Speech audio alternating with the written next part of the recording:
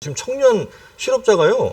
대략 한 100만 명 이상이에요. 근데 그러면 지금 청년 연장 네. 논의는 지금 당장의 준비가 아니고요. 그러니까 예를 들어 15년 후, 20년 후가 하자는 얘기라면 뭐 그것까지 반대할 생각은 없어요. 네. 그런데 그게 아니라 정말 일할 사람이 없으니 정년을 연장해야 된다는 거는 지금 당장 한 100만 명쯤이 부족해도 청년들 노는 사람들만 거기에 가도 전혀 일할 사람이 부족한 상황은 아니니까 대신 노인들의 복지 문제에 대해서 얘기하는 그건 뭐 전 나쁘지 않다고 봐요. 노인 뭐 빈곤 문제가 굉장히 심각하니까 그 문제는 우리가 논의하자. 그건 뭐 좋지만 노동력 부족 얘기는 이제 더 이상 안 했으면 좋겠고요.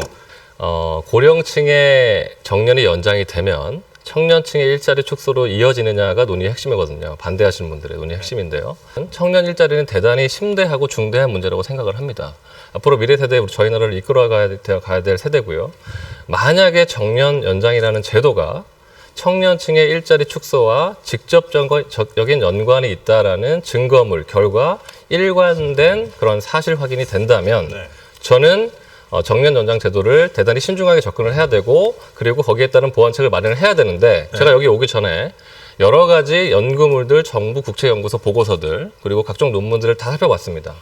결론적으로 말씀을 드리면 고령자의 정년 연장이 청년층의 일자리 축소와 전혀 상관이 없다라는 게 결과입니다. 그 이유는 뭐냐 하면 고령층들이 일하는 일자리와 청년층들이 일하는 일자리는 종류와 성격이 다르고요.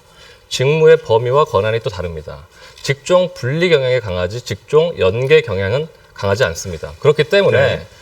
고령층의 정년 연장을 너무나도 이렇게 이분법적으로 청년들의 일자리를 빼앗아 온다라는 것은 사회 통합에도 도움이 안 되고요. 서로한테 도움이 저는 안 된다고 생각합니다. 그런데 네, 네. 이거 연구 얘기하시니까 연구는 제가 잘못 본 건지 모르겠는데 한국노동연구원에서 60세 정년 연장을 두고 청년 취업에 대한 연구를 했는데 그거 하나 있습니다.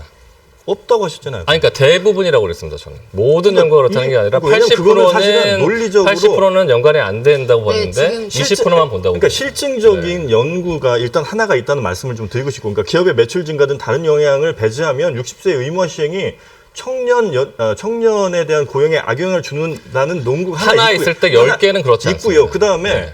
또 하나는 뭐냐면 이거를 사실은 밝혀내기가 대단히 어려운 일이라고 저도 생각을 해요. 이게 정말 한 자리가 빠졌으니까 이 한 자리가 거기를 메꿨는가 아니면 두 자리를 잡아먹는가를 밝혀내는 거 쉽진 않지만 상식적인 수준을 생각을 해보더라도 예를 들어 공무원이 예를 들어 우리나라 또 한 105만 명 정도 되는 걸로 알고 있는데 거기에서 한 100만 명 중에 5년 정도가 늘어나게 되면 더 이상 뽑을 수 있는 여력이 없어지는 게 당연하잖아요.